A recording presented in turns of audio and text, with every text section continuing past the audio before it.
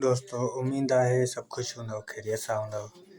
अॼु मुख़्तियार रशीदी जो एल्बम आहे 20, वॉल्यूम अथसि 26-35। एल्बम तमामु बहितरीनु आहे, सुठो आहे।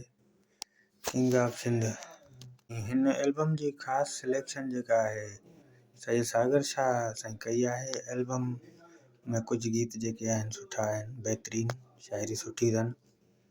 हुन मां हिकिड़ो मुंहिंजी पसंदि जो गीत आहे, तुंहिंजो अखियूं मुंहिंजा पेर घोरे मां जान छॾियां, वञी जे मारियूं त बि ख़ैरु आहे ओ सॼण। तमामु बहितरीनु गीत आहे। ऐं हिन एल्बम जी फरमाइश काफ़ी दोस्तनि कई हुई, उन्हनि जी पूरी थी वई आहे। कमेंट्स दोस्तनि जा शामिलु कयूं। पहिरियों कमेंट्स सिराज अहमद लाशारी भाउ कयो आहे, वेरी नाइस वीडियो लिखियो आहे। हेठां वहीद भाउ लिखियो आहे, एल्बम 17 ज़बरदस्त आहे मुख़्तियार रशीदी जो। उन खां पोइ आहे सैयद आसिफ अली शाह लिखियो आहे, एल्बम सही आहे पर एतिरो ख़ासि न आहे, बिल्कुलु सही आहे। ऐं उन खां पोइ आहे सैयद आसिफ अली शाह लिखियो आहे, सुपर हिट, मुझे भी इसमें 2 सॉन्ग पसंद है। वॾी महिरबानी आसिफ भाउ। ऐं हाणे तव्हां दोस्तनि खे ज़रूरी ॻाल्हि ॿुधायूं त हीअ रिलीज़ इंफॉर्मेशन वीडियो आहिनि ऐं हिन वीडियो में असां कोई बि गीत शामिलु नथा कयूं। हिन में तव्हांखे ॿुधाईंदासीं त हिन में गीत कहिड़ा कहिड़ा आहिनि, कहिड़नि शाइरनि जा गीत आहिनि, कहिड़े साल में एल्बम आयो आहे ऐं हिन में सुठा गीत कहिड़ा कहिड़ा हुया। सिर्फ़ु एतिरो ई कमु रखियलु आहे ऐं काफ़ी दोस्तनि वीडियो खे पसंदि बि कनि था, कमेंट्स कनि था, क़ीमती राय ॾियनि था ऐं उन्हनि जी कमेंट्स असां शामिलु बि कयूं था। तव्हां बि कमेंट्स कयो पंहिंजे फ़नकार पसंदि जो, त इनशाला उन जी बि असां वीडियो ठाहींदासीं।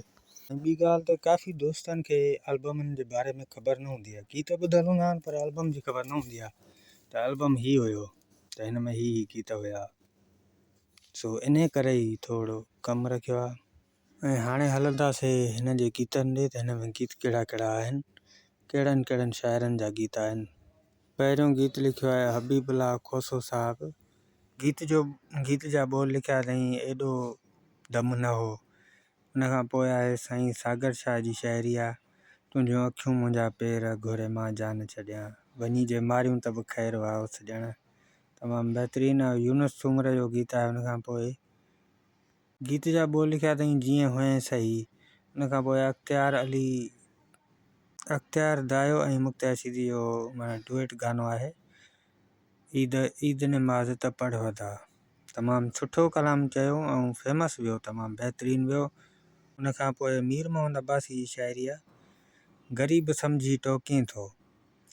ऐं उन खां पोइ आहे साहिब साहब जी शाइरी आहे, गीत जा बोल आहिनि, कीस कराए सभु इश्क इश्क।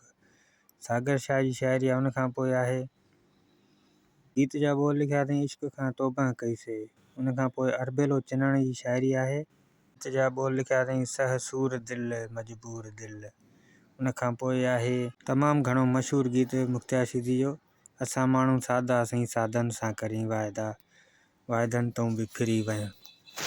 उन खां पोइ गीत आहे मीर मोहम्मद अब्बासी जो आख़िरी गीत आहे, केरु कंहिंसां निभाए। तमामु बहितरीनु गीत आहे, सुठो गीत, ज़बरदस्त। दोस्तों वीडियो कंप्लीट थी चुको ऐं अव्हांखे जेकॾहिं वीडियो पसंदि आयो हुजे त वीडियो खे लाइक ज़रूरु कंदा कयो ऐं चैनल खे सब्सक्राइब कंदा कयो। थोरी वीडियो आहे, थोरी इंफॉर्मेशन आहे